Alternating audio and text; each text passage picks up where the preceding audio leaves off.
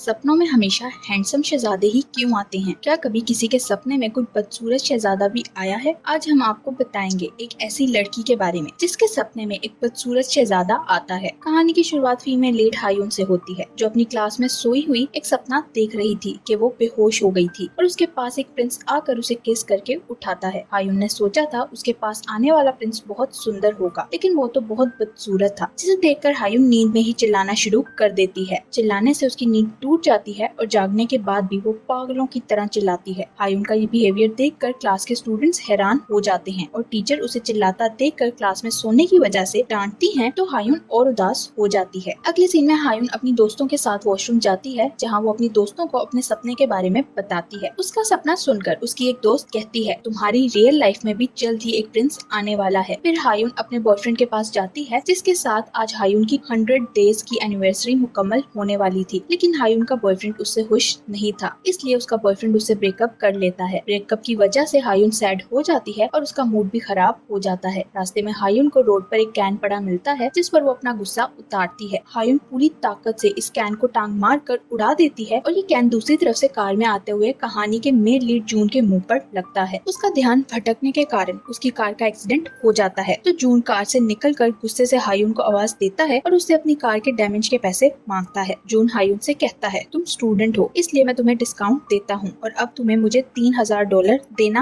होंगे। लेकिन हायून के पास इतने पैसे नहीं थे। हायून को कुछ समझ नहीं आता, तो वो वहाँ से भाग जाती है, लेकिन वो नहीं जानती थी इस मुसीबत से उसका पीछा नहीं छूटने वाला, क्योंकि उसका स्कूल का ID कार्ड वहीं गिर जाता है, जो जून अपने पास रख लेता है। नेक्स्ट सीन में जून हायून को कॉल करता है, लेकिन हायून डर कर उसकी कॉल काट देती है। अगले दिन हायून स्कूल से वापस आने लगती है, तो उसे स्कूल की दीवार पर अपने नाम के पॉम्फलेट्स नजर आते हैं, जो किसी और ने नहीं बल्कि जून ने ही लगाए थे। इन पॉम्फलेट्स में जून ने हायून को बाहर आने का कहा था। हायून इन पॉम्फलेट्स को उतारने लगती है, लेकिन उसी वक्त वहाँ जून पहुँच जाता है, जो हायून को उठाकर अपनी कार में बिठाते हुए वहाँ से ले जाता है। वो हायून से कहता है, हम पुलिस स्टेशन जा रहे हैं, जिस पर हायून डर जाती है। वो सोचती है, ये मेरे साथ क्या करने वाला है। ये सब सोचकर हायून जून से कहती है, मैं अभी एक स्टूडेंट हूँ, इसलिए मेरे पास इतने पैसे नहीं है। जून उसे कोई जवाब देने के बजाय एक होटल में ले जाता है, जहाँ वो हायून से एक एग्रीमेंट साइन करवाता है। इस एग्रीमेंट के मुताबिक हायून को 100 दिन के लिए जून की स्लेव बनकर रहना होगा। हायून को ये एग्रीमेंट अच्छा तो नहीं लगता, लेकिन उसे मजबूरन इस पर साइन करना पड़ता है, क्योंकि उसके पास और कोई रास्ता नहीं था। जून हायून को उसकी स्कूल ID दिखाते हुए कहता है, ये तब तक मेरे पास रहेगी जब तक तुम्हारे ये 100 दिन का एग्रीमेंट पूरा नहीं हो जाता। अगले दिन हायून घर जाती है, तो उसे जून की कॉल आती है। हायून को पता चलता है जून उसके अपार्टमेंट के सामने वाले अपार्टमेंट में रहने के लिए आ गया है। हायून समझ गई थी ये एग्रीमेंट कोई आसान एग्रीमेंट नहीं होगा, क्योंकि उसे अब जून की हर बात मानना होगी। हायून स्कूल जाती है, जहाँ उसकी दोस्तें उससे पूछती हैं, तुम्हें इतना हैंडसम और रिच बॉयफ्रेंड कैसे मिला?